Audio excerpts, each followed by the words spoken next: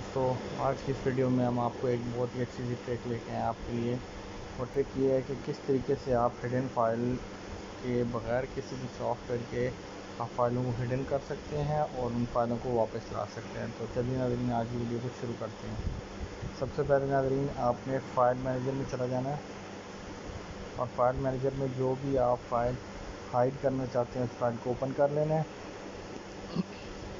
अब इस फाइल में से हम आपको एक ट्रायल के तौर पे ये ईद मुबारक वाली फ़ाइल को हाइड करके दिखाते हैं और फिर इसको निकाल के दिखाते हैं।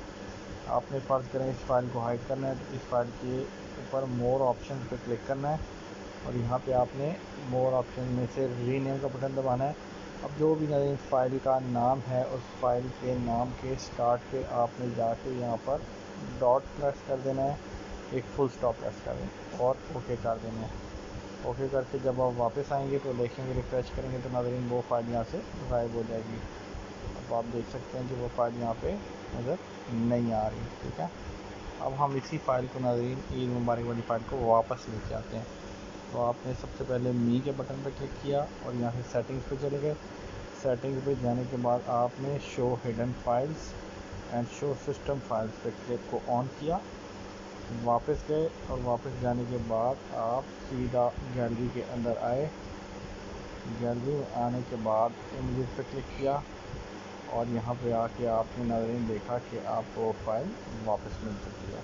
अब अगर आप चाहते हैं कि ये फ़ाइल जो है ये दोबारा से हिडन फाइल में ना जाए और फाइलें जो हिडन है वो बाकी हिडन हो जाए, तो फिर आपने और मोर ऑप्शन पे क्लिक किया, रीनेम पे क्लिक किया। अब जो फाइल के स्टार्ट में हमने डॉट डाला था उसको रिमूव किया, ओके का बटन दबाया, वापस गए।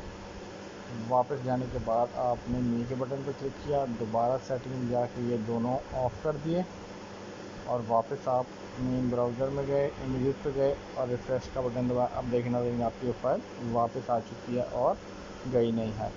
ये थी आज की छोटी सी ट्रिक। अगर वीडियो आपको पसंद आई तो ज़रूर लाइक और सब्सक्राइब करें। वीडियो देखने का बहुत शुक्रिया।